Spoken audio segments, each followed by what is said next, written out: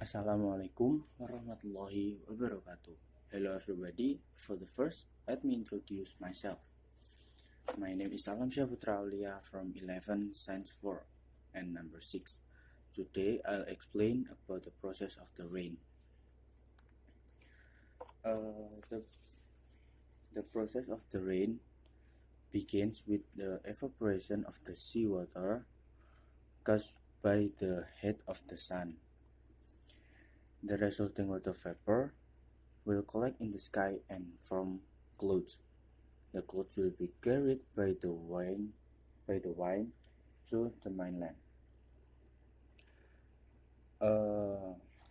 Clouds that are above the land contain a lot of water. The water droplets will fall, and this process called rain.